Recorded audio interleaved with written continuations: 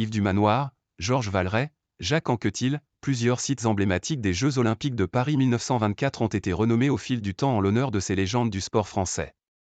Un siècle plus tard, à 4 mois des Jeux 2024, ces lieux de mémoire entendent porter haut et fort leur héritage olympique. Le stade Yves Dumanoir. Au bord de la 86, à Colombes dans les Hauts-de-Seine, se cache un monument du sport hexagonal, le stade départemental Yves Dumanoir, épicentre des derniers Jeux parisiens. Cet été, le tournoi olympique de hockey sur gazon se déroulera dans la vaste enceinte, qui a fait peau neuve et deviendra l'unique site à héberger des épreuves des JO pour la deuxième fois, à 100 ans d'intervalle. Ancien hippodrome, servant aussi de plaine de jeu pour la pratique du sport amateur, le complexe fut désigné comme cœur battant et village olympique des Jeux de 1924. Locataire des terrains, le Racing Club de France propose alors d'y bâtir un stade olympique de 60 000 places en se faisant rembourser a posteriori sur les recettes de la future Olympiade, raconte l'historien Michael Delépine, qui a consacré un ouvrage au stade de Colombes, Le Bel Endormi, aux éditions Atlante. Du stade d'origine, théâtre du duel épique entre les sprinteurs britanniques Harold Abraham et Eric Liddell immortalisé dans le film multi-oscarisé Les Chariots de Feu sur une musique de Vangelis et du sacre au saut en longueur de 2 à Rubar, premier athlète noir américain à remporter une médaille olympique, ne subsiste que la tribune d'honneur de 6 000 places. Pour les JO 2024, elle sera complétée par des gradins éphémères.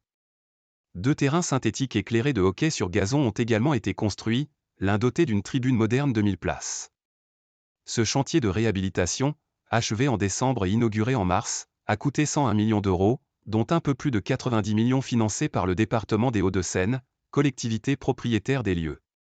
Le stade, qui porte le nom d'un joueur de rugby du Racing, décédé en 1928 aux commandes de son avion, a connu des heures glorieuses après 1924, une finale de Coupe du Monde de football en 1938 remportée par l'Italie, 42 finales de Coupe de France, des dizaines de rencontres des Bleus dont un France-Brésil en 1963 avec un triplé de Pelé, des matchs de boxe.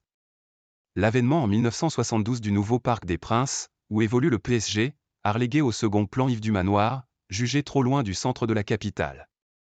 Le stade de Colombes a continué sa vie sportive en accueillant des événements de moindre envergure, les jeunes, les équipes du Racing, notamment le Racing Club de France Rugby dans les années 1980 ou le Racing 92 jusqu'en 2017, détaille Michael Delépine. Au tournant des années 2000, le site est vendu au département. Il est mis en avant lors des candidatures de Paris 2012 et Paris 2024. Après les JO, Yves Dumanoir abritera le siège de la Fédération française de hockey sur gazon. Les terrains de foot et de rugby ainsi que l'anneau d'athlétisme seront réservés au public scolaire et associatif. C'est extrêmement émouvant de se dire que ce lieu qui accueillait des sportifs il y a des décennies va peut-être encore en accueillir pendant plusieurs décennies, s'enthousiasme Michael Delépine. La piscine Georges Valeret. Les anneaux olympiques sur la façade de la piscine Georges Valeret, porte des Lilas dans le 20e arrondissement, rappellent son illustre passé.